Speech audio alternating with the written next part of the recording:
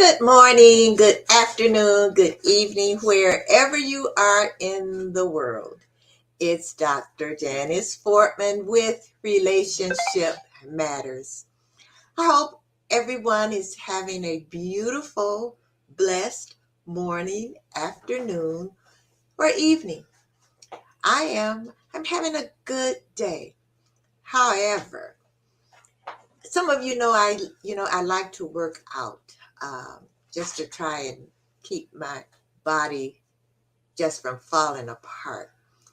But the other day, when I was working out, let's talk about our relationship with our bodies. So my trainer, who has, you know, no sympathy for me, and I tell him all the time, I'm a senior citizen, go easy on me, but he doesn't. But anyway, I'm doing this exercise on this bench. I had my knee on the bench, one knee on the exercise bench, one foot on the floor. And I had a pillow up under my knee. And so he says, well, okay, I want you all to go, from side to side, holding your hands like this. Well, what happened? I went over to my right, pillow slipped out from under me. I fell on the floor. Now, did I get are you okay? I did get a okay. Okay, can you get up? And I'm like, yeah, I could get up. And it didn't hurt, and I was fine. And I finished my routine and everything. The next day, OMG, you talk about hurting. It was like my lower back and over to the right. OMG. So for the last, maybe this happened Friday. For the last few days, I have been existing on heating pads and ibuprofen. So I'm saying this just in case he's listening or watching, so he can take pity on me. I feel much better now. Pain is gone and everything. I just took it easy. But just in case he's watching, I just want him to know, even though they say no pain, no gain, I just want him to maybe take it easy on me, the next time I see him. And that's it. So that's my little relationship with my body. Because, we talk about all kinds of relationships here because there are all kinds of relationship matters. So let's start with what we're talking about today. And, I had so much buzz about this. So let me say this. Let me ask this question. Are you in a relationship with someone that you see often, but you feel so disconnected with them? We have Dr. April Brown here with us. She is going to help us bring back the intimacy in our relationships. So let me just tell you a little bit more about her. She's a licensed mental health Christian counselor, a certified school counselor, board certified telemental health counselor, national certified counselor, a qualified clinical supervisor, a doctor. She has a doctoral degree in counseling psychology.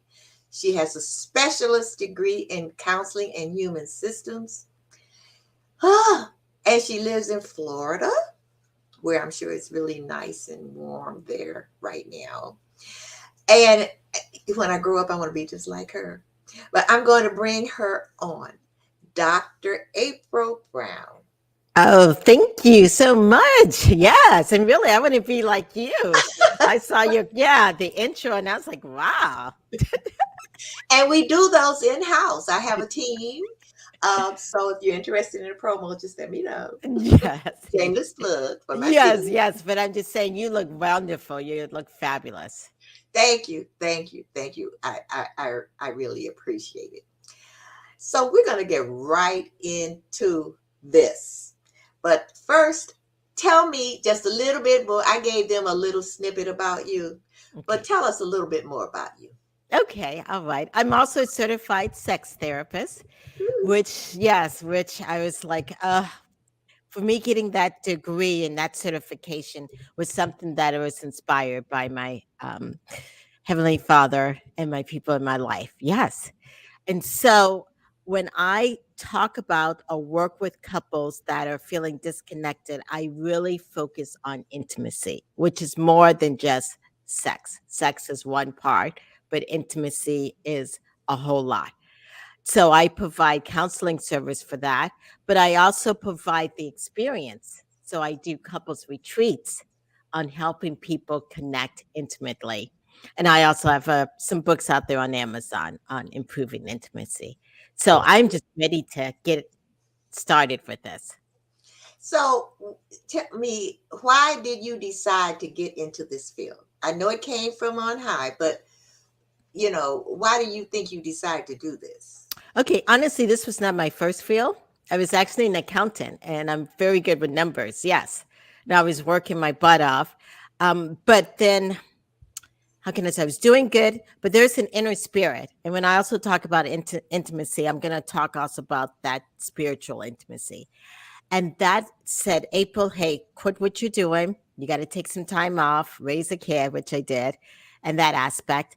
And he wanted me to focus on something different, something that took me out of my comfort zone. And I was like, I don't know, because I'm really shy. I'm not sometimes a people person.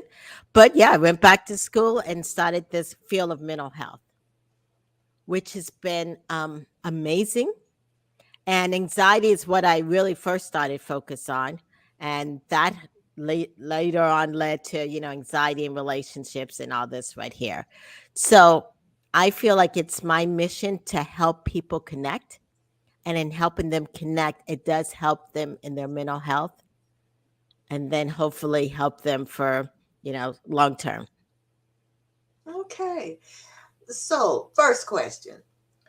So we're going to talk about really focusing on couples, Yes. because that's what I got all these questions from. Yes. So, what causes lack of intimacy in a relationship? What are some of the causes? Some of the causes, especially now with this major pandemic and things that have been going on, people get overworked, tired, frustrated. And so when you don't know how to deal with your stress, you sometimes take it out on the people you love, which is a sad thing to do because in reality, we're all in business doing a variety of different things. But the best customer service we should show with our partner. So that's one thing.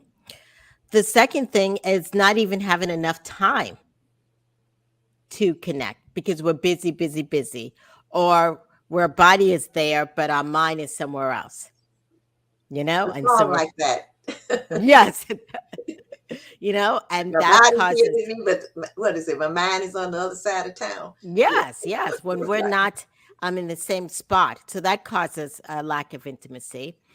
Of course, sometimes age, you've been around a partner for a long time, or it could be just something going on internally with you. Um, for some of us who have gone through menopause and a variety of other stuff, that has caused it. Or eating too much junk food, sugar, has Really? some effects on body parts and all that kind of stuff. So that can cause also just maybe the lack of the desire of your partner for a variety of reasons. Or sometimes, third parties come in, or a third party that most people don't think about that really does affect intimacy is alcohol. Okay, okay. So now so you're saying intimacy, but one of the questions I got, what's the difference in sex? Sexual, I guess. Well, some people say sexual intimacy, but some people equate sex with intimacy. What's the difference? Okay. So sexual intimacy is just one part of intimacy, guys. Intimacy is that connection you have with your partner, where you and your partner are in the same time zone. They're together. You feel connected. It's intimate. You see, you can feel their presence. Of course, you can have sex without intimacy, doing, one night stands and a variety of other sexual things that can happen. But a true sexual, intimate experience is when you and your partner are really connecting, your bodies are moving together. You feel that connection. That connection includes, because I said it's one part, the emotional part, that you guys are there for each other emotionally, have each other's back. There's the communication. You guys are on the same level of communication. You're talking, you're connecting, you're saying what's good, what's feeling this. You're actually maybe sometimes even flirting. It's of the whole aspect. Also, for some people, they may not think about it, but even bringing yourself in as self intimacy. And that means when you bring self intimacy and you're having intimacy with your partner, you are actually feeling and knowing what feels good. You're actually communicating to your partner, hey, this feels good. I really like this. You are aware of your body sensation. And of course, even sometimes people bring in the inner spirit, what some people call higher power, God, or whatever. That's also great because I believe the higher power actually created sexual intimacy. So it is that connection. It is that partner one-on-one connection with your partner, which is fabulous. And it's one of the highest level of connection that you can have with your partner. Okay. So now you said earlier when I asked you about the different causes, um, and you said age. So now I'm wondering about that because now I'm talking about intimacy and Right. and not sex. Right. But sometimes you see couples that they could be in their 80s and you can see that that the intimacy between them. So when you say age, what are you talking about actually? Okay. It can be sexual, but it can also be non-sexual. Okay. In the sense of the sexual part, it could be a problem of them trying to connect, but they get frustrated because maybe someone cannot perform as well as they used to, or a variety of different things, or something doesn't work out. That's one part. But when we also talk about intimacy, I'm going to go away from sexual intimacy in the sense of activities or different things.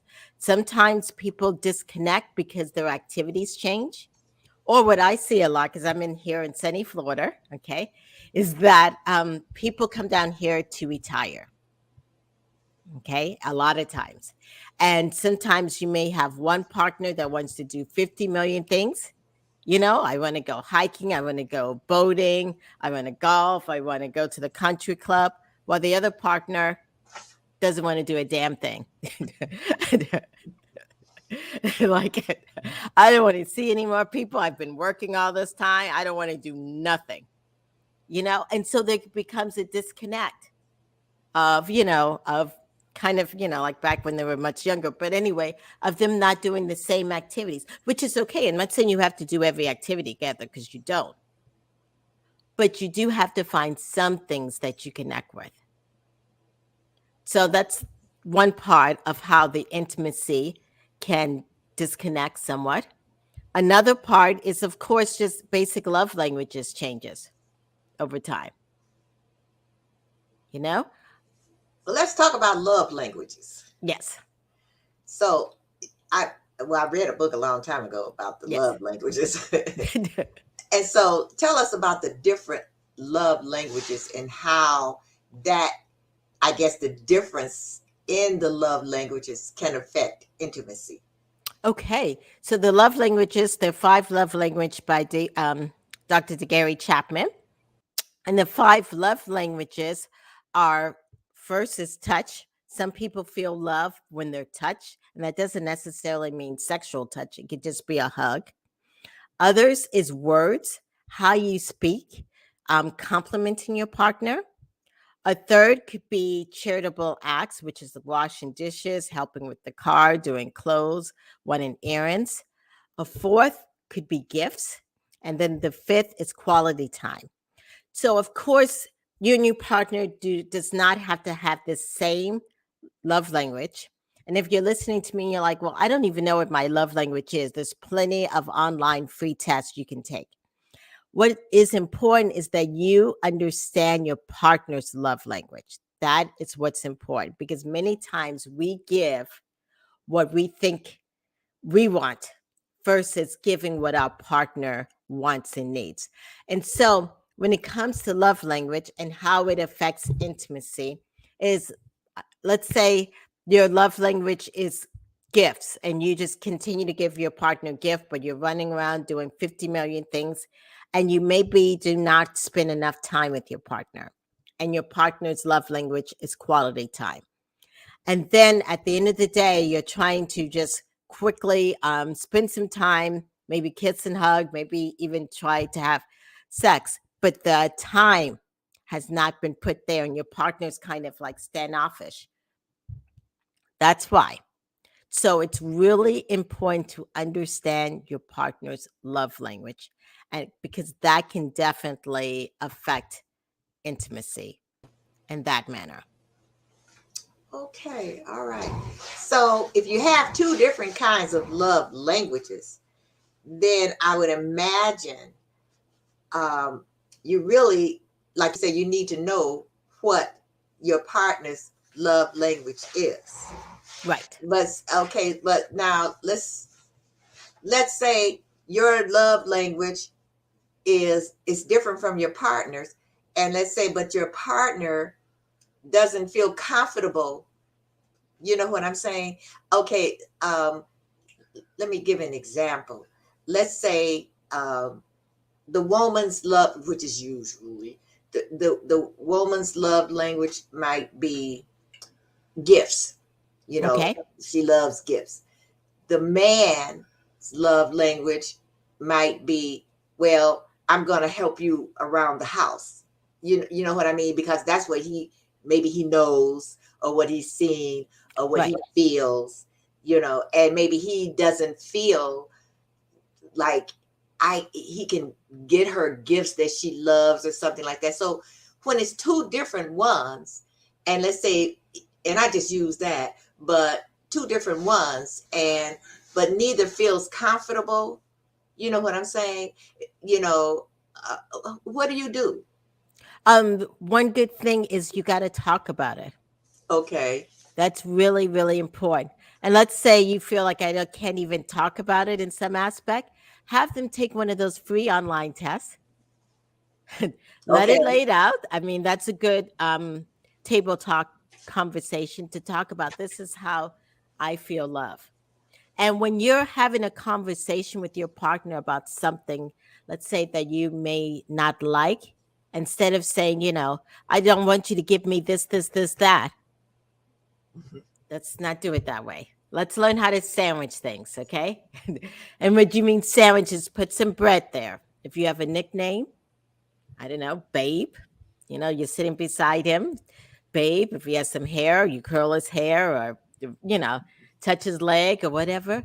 And say, honey, I really, really like when you say such and such to me. Or when you touch this, that just really just gets me so excited.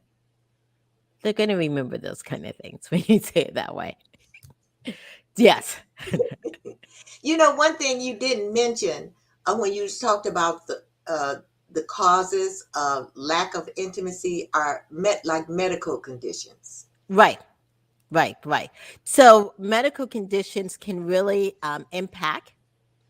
That's why it's really good, number one, to have self intimacy, to know your body.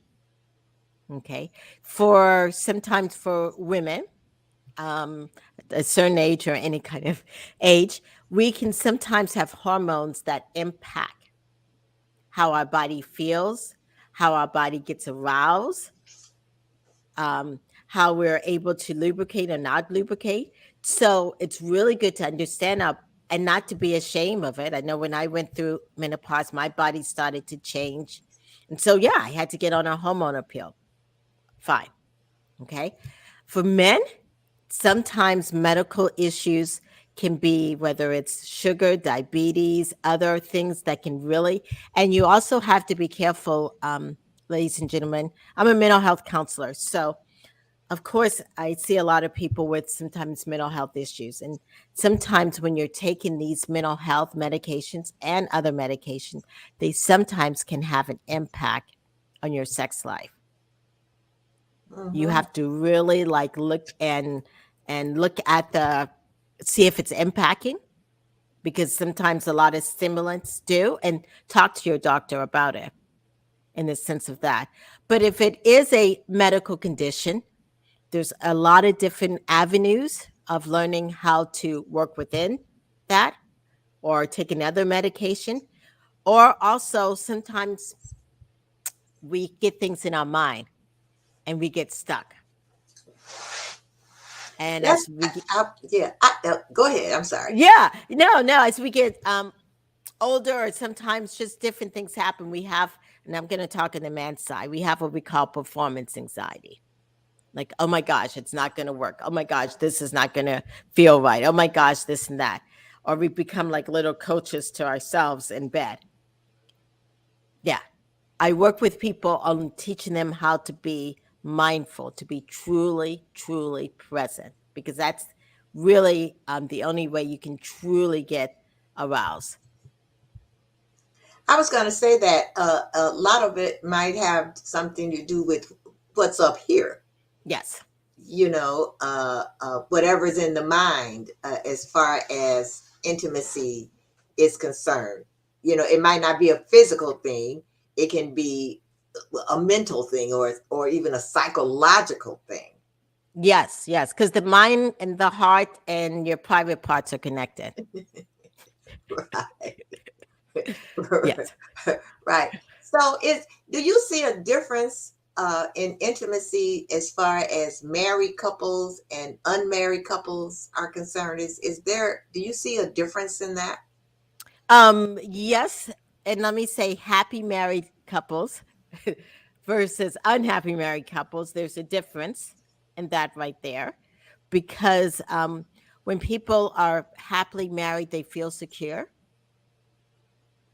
and they feel they can be vulnerable to one another. So that intimacy, as I talked earlier about being in the same spot, is really, really important.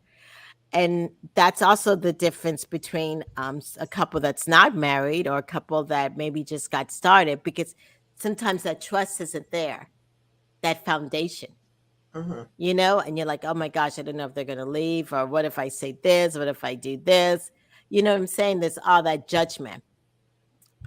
When a couple is not doing well, it is usually, you can usually see it in the bedroom in a variety of different aspects.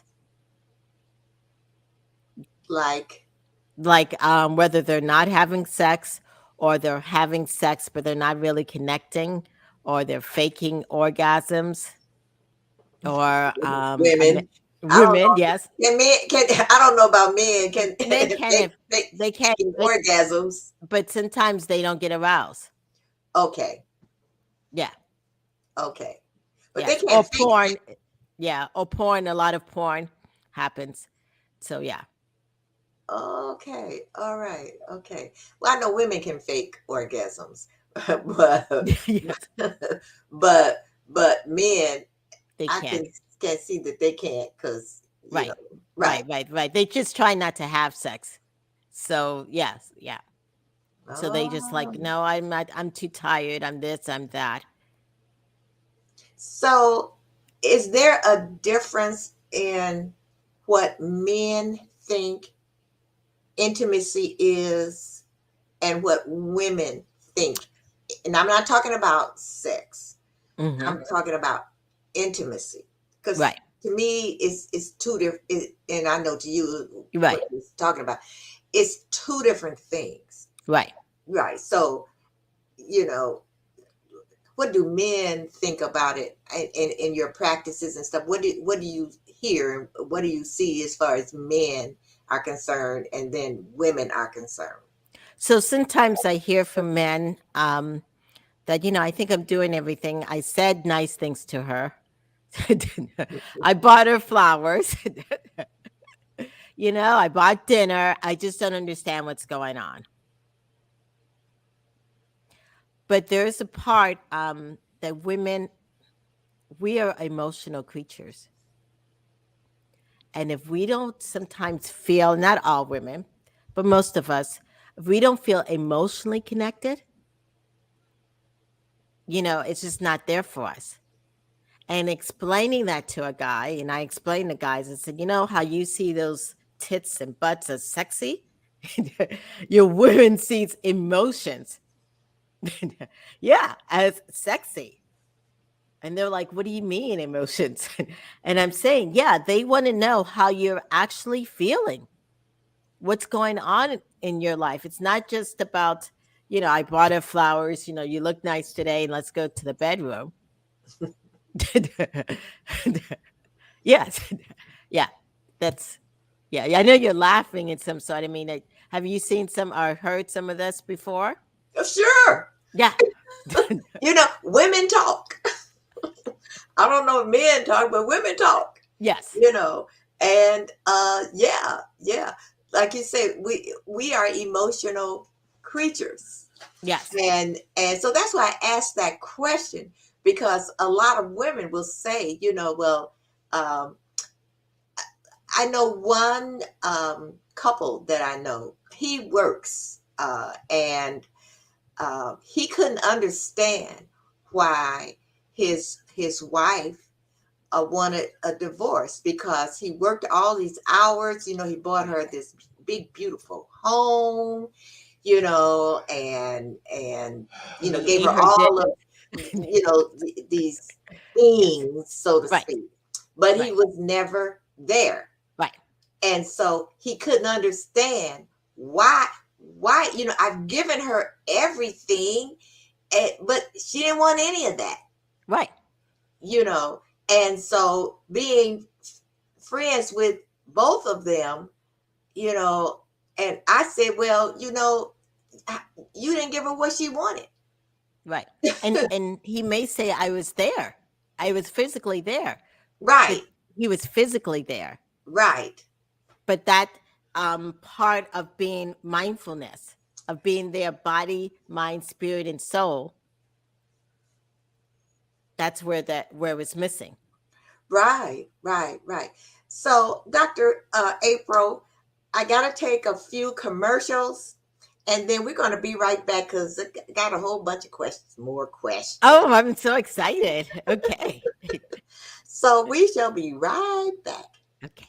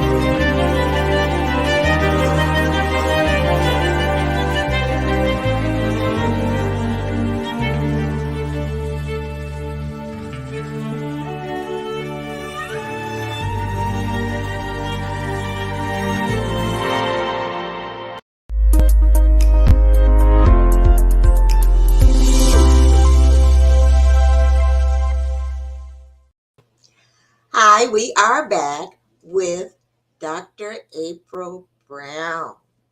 So now some more questions came in while I was gone, while we were gone. So, can a marriage survive without intimacy? As I said earlier, intimacy requires a variety of different things, and it's more than just sex. So I'm going to say yes, a marriage can survive without sexual intimacy in the traditional format of sex. Can a marriage survive without intimacy, where there's no communication, there's no emotional connection, there's no physical hugs or doing activities together? It's not a marriage. It's a roommate or even less than a roommate.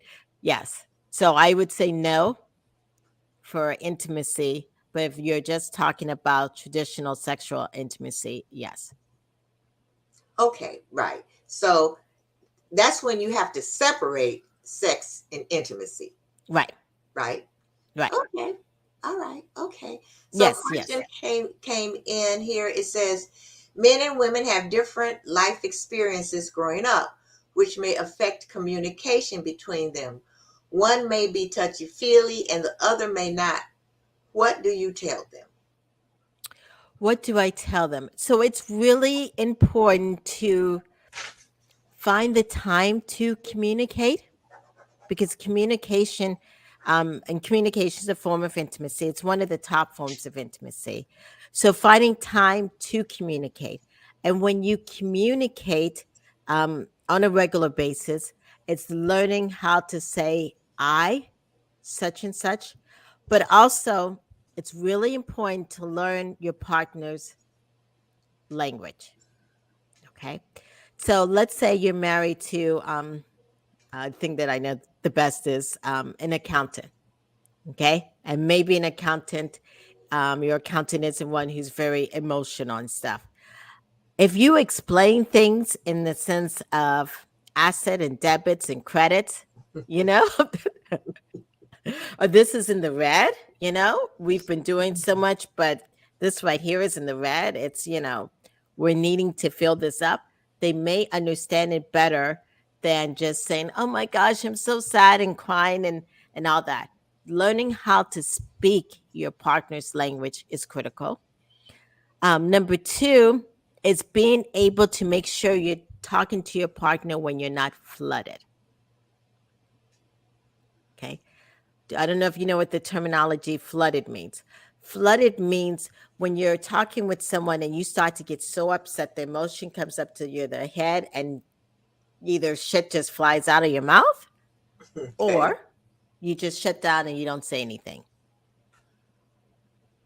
You have Okay. to learn when you start to get upset, how it feels in your body, how that heart race. Because when you start to get upset, it's really, really important if you're in a loving relationship, is learning how to take time out to calm yourself down.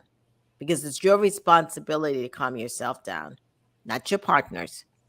And when two people come together and they're calm, they're able to see things. So, and the third suggestion that I have is if your partner is, how can I put it, more emotional and you're trying to understand what's going on, sometimes it's good to use a little touch. It's also good to look the person in the eye. It's also good if you can't figure out what to even say, I'm trying to understand it all. Let me take some notes so I can, because some people have to a visual. They kind of need to write things down to hear what's going on. So, Okay. Oh, okay. So, do you bring a spiritual aspect into connecting with intimacy? Is there a spiritual aspect to this? yes, yes, yes. So with intimacy, and I use this general word, but there is the self intimacy, there's that spiritual intimacy. Okay, because I'll forget. Yeah. So, self intimacy. What is that? Self intimacy is being connected with your body and you, knowing your purpose, knowing why you're on this earth. Of course, for some of us, We have to go higher and include that spiritual intimacy, which I see as an inner spirit. I call it God. Other people may call it other things, but that helps directs you, that helps gives you insight. Okay, that inner spirit, it's not going to put you down. It's not going to say negative things to you. No, it's going to uplift you and help guide you. And when you're able to hear that and have also the self intimacy, that self intimacy means I know what feels good. I know what doesn't feel good.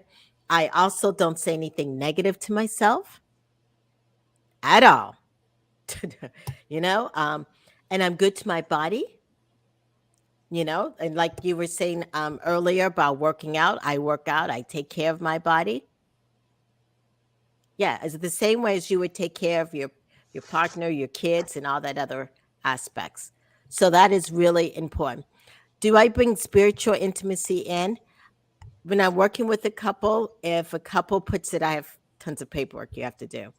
If they put that that's important to them, I will bring it in. If it's not something that is important to you or you have no connection, that's fine. I won't bring it in. But we're all connected somehow spiritually. Very So, true. yes. Very true. So when you work with couples, I saw something. It says something about the Gottman method. Yes. What is that? So, Gottman's, there's a couple that have been doing relationships since I think the early 60s. Okay. So they have over 2 million in the sense of research of how couples connect and disconnect. And they provide a wonderful assessment that clinicians can utilize. So if you have a Gottman certified therapist, there's probably, I don't know, maybe 10,000 certified therapists in the world. There's a lot of us. Yeah, that utilizes their assessment and the variety of different ways that we work, because we look at relationships as communication, emotional. Of course, there's passion. There's also friendship based. They look at it as a house, basically. And we talk about how each part of the house works and how we get a couple to be strong in their house. The assessment that the Gottman provide and that counselors is a very excellent tool. Sometimes when we give it to people, you may see that, wow, we're not as compatible. And that's okay. Okay. And that's okay. When you go for couples counseling, marriage counseling, whatever, our purpose is to bring insight. You are the expert, in the relationship. We bring insight. When you see that insight, you have a choice to make on whether you want to stay in something, whether you want to work toward change, whether you want to leave something. Of course, you cannot change another person. You can only work on you. Right. So when they come into your now you have something like a retreat that I read about. Is this the same when you talk about the counseling? Is that the same thing, or is that two different things? Oh, it's part of the same thing, but I do retreats. Okay. So retreats are taking the counseling that I do, but putting in it in a very intense, like we do 16 hours of therapy plus having fun, whether we do zip lining, where I'm going to Costa Rica, or waterfalls in Jamaica. Yes, yes. And it's not only just me, it's me and another therapist. Okay. Yeah, yeah. So when we do a retreat, it's always another therapist or two, but we do creative things because intimacy. See, as I talked before about communication and all this, there's a thing called activity intimacy, which is doing activities together, doing service together. When you put a couple and you have them out in the nature and they're working together, do you know what kind of bond that is? That's, I yeah. don't know because I'm not out in the wilderness. I don't like bugs and bees and insects. But go ahead. Yes, yes, yes. But you understand. I saw your beautiful I know. family. Yes, I yes, know. yeah. Yeah. You guys do a lot of wonderful activities. But yes. Yeah. Yeah. So that's what I call it vacation counseling. And I call it vacation because besides the intense counseling that you will get, we're going to also make sure you have a vacation. So for all those guys out there saying, "Oh, I don't want to go to counseling and have to talk about my problems." Ugh. Okay. We're going to do it differently. You will talk. We will play. I mean, I've gotten out the Legos and a guy's been like, "Oh my gosh, I haven't played Legos in so long." And the next thing you know, he's crying about his childhood or whatever. We make a big deal. But we're going to have, fun activity where we play basketball or whatever. Yeah. We're going to work within what you bring. Okay, so that's why you call it vacation counseling. Yes. Okay, that sounds actually really great, and it's probably a good way to really, get men to open up. Yes, exactly. Women, we don't have a problem. Right. Right. We don't have a problem. Right. Right. But I Right. know men a lot of times have difficulty in expressing real intimate feelings. Right. So that sounds great. So a question came in here. It says, what has been your most difficult situation you've had to help with a couple? Well, one of my most difficult situation, and I see it sometime, and I just talked a little bit about it. Here in Florida, it's such a wonderful environment, but there's sometimes people drink, and they drink a little too much. Okay, and I know drinking is a very touchy subject, and let me put it this way, people. If you're frustrated or happy or whatever the case may be, and you continue to go to the bottle, you know, whether you're happy all the time, mad all the time, sad, you take a drink and you continue to do that all the time. Okay. What happens is that becomes like a third party, that becomes like an affair because you're going to that instead of your partner. But you're like, wait a minute, April. Wait a minute, April. In the beginning, my partner and I drank. Oh, yeah. Yeah. It was a good threesome in the beginning. Yes. Yeah. But at some point, someone may have stopped or became where the alcohol really got into one of you and you just really start not to like the other person. Mhm. You know what I'm saying? And then this other part of you comes out that can be aggressive sometimes or hurtful. And the one thing you just don't want to do is continue that pattern because, as we all know, that can be passed on for generations in the Yeah. sense of changing genetics. So, getting people to see how alcohol and drugs can become a third party in a relationship as an affair, it's probably been some of the most challenging. But when I talk about it that way, sometimes people can understand it. And if you have a partner who is struggling with an addiction, and let's say you want to work with them, then we learn how to, as a couple, address this third party together. Because an addiction doesn't just go away, it will come knocking in the middle of the night, like an affair, like a, yeah. And you have to learn what kind of coping skills I can do to not open that door anymore. So, do you find sometimes with the couples that you work with, that pornography is that third party? Yes. Yes. And Pornography. Yes. and how does that affect relationships? Well, it affects relationship in the sense of the person who's using the pornography when they're going for sex or trying to go for intimacy. It's not really intimate. They just go through it so fast because pornography is fast. When you're watching porn, it's like, but it also changes the brain in here. Then you expect all this different stuff. That's one aspect. The second aspect, let's say the person has stopped, but they've been caught a few times, a variety of times. This other party, let's say the victim, gets in their head about what their partner was looking at. and they start to feel not good enough. And it becomes a whole big thing. With porn, addiction, or even affair, the person who is not doing it may feel like it's their fault, but it's not.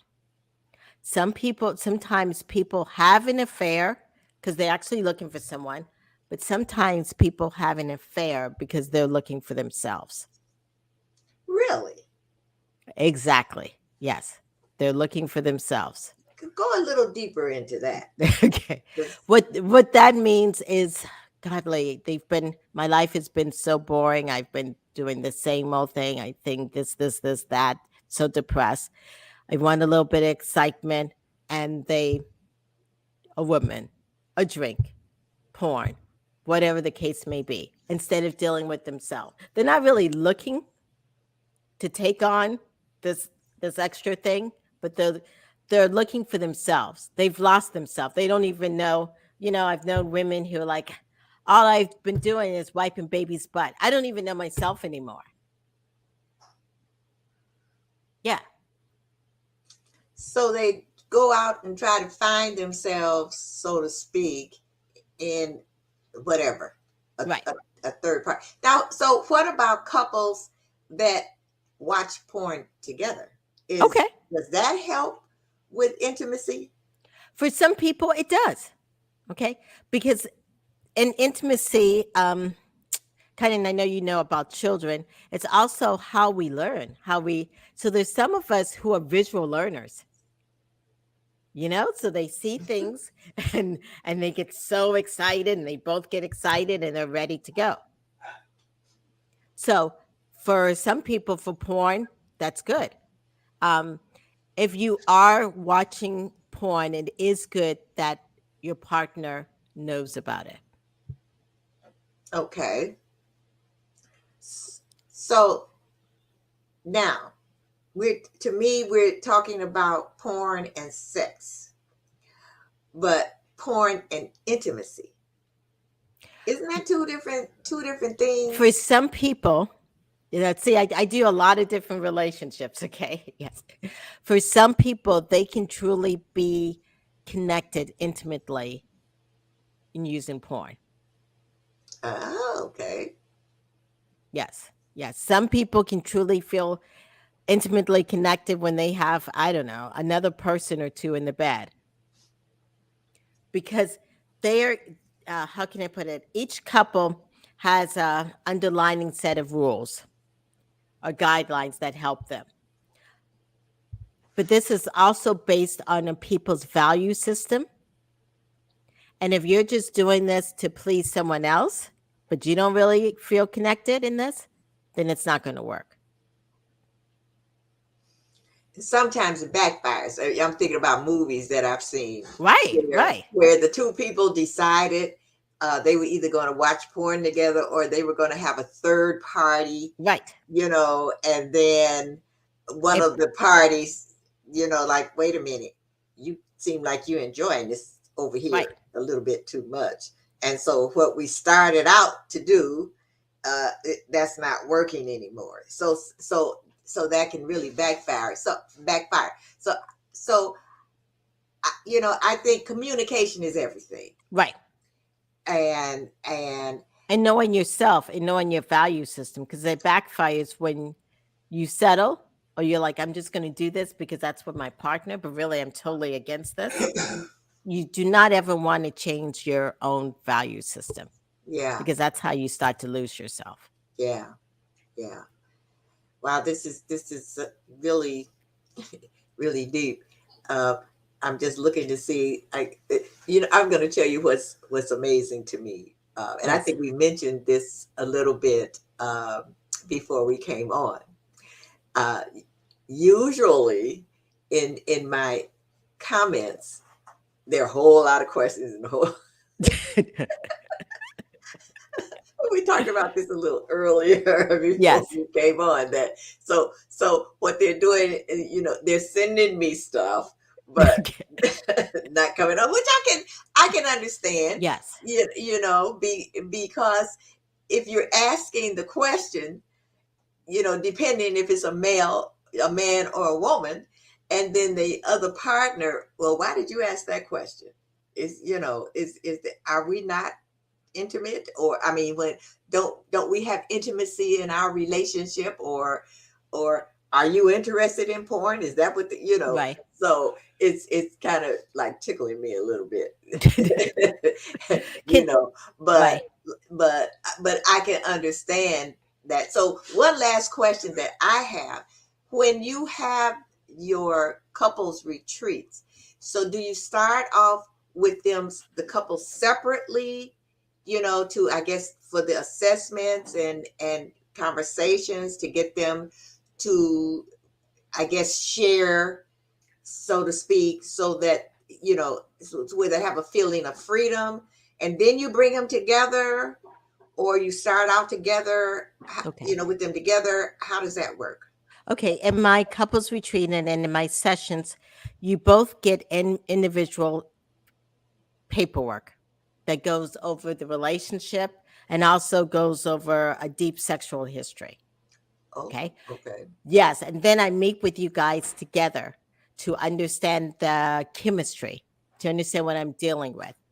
Then I send you an assessment and I meet with each person separately to understand the backstory. And then I bring you guys back together to review over the assessment and to go from there.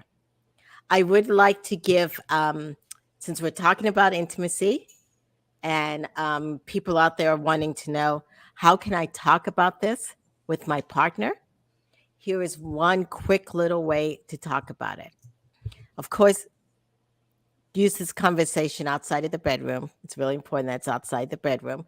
And when you guys have time to talk about it like a meal. Like, what do you mean like a meal? Okay. Right. So when you look at intimacy, and we're going to mostly talking about the whole sexual intimacy, talk about, what is the ambiance that I really like? What's the setting, the lighting, the flowers, the smells? Okay. What is the next part? The appetizer, your foreplay. What do you really like? What turns you on? Then talk about the meal, which is the actual sexual part. And then family, the dessert,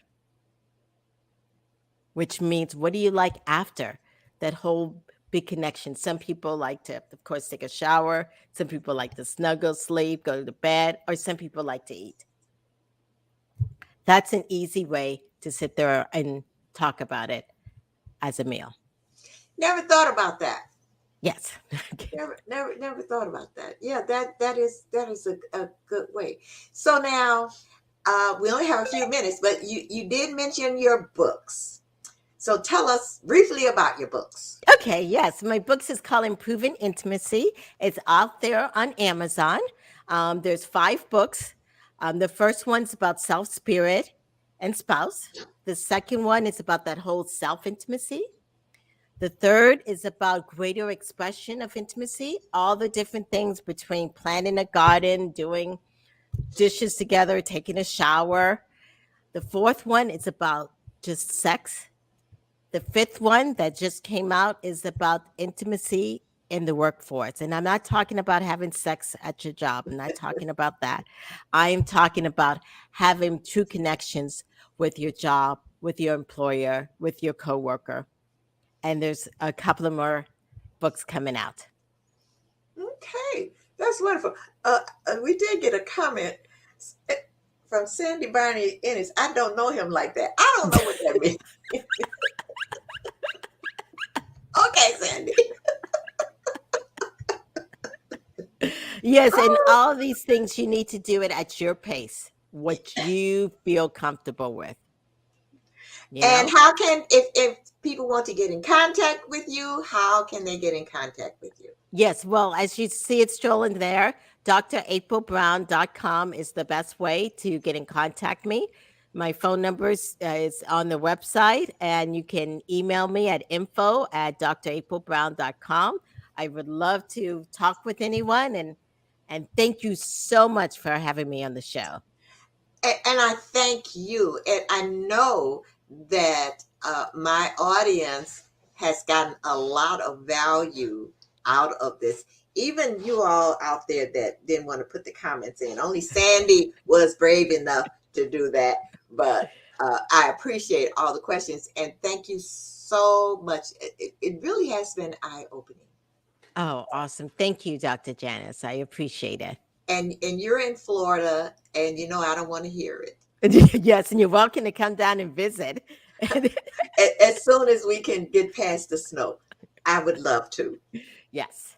So you have a beautiful, blessed rest of your morning, afternoon. Well, you're in Florida, so your evening.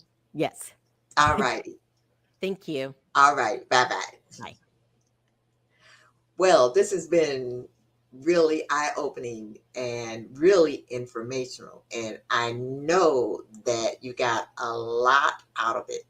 And for those out there, if you are having difficulties in your relationship, as far as intimacy is concerned or sex is concerned, reach out to Dr. April Brown. www.draprilbrown.com. So we'll see all of you again next Thursday on Relationship Matters. Remember, there are all kinds of relationships and there are all kinds of relationship matters. So I will see you again next Thursday, 7 p.m. Central Standard Time. Bye-bye.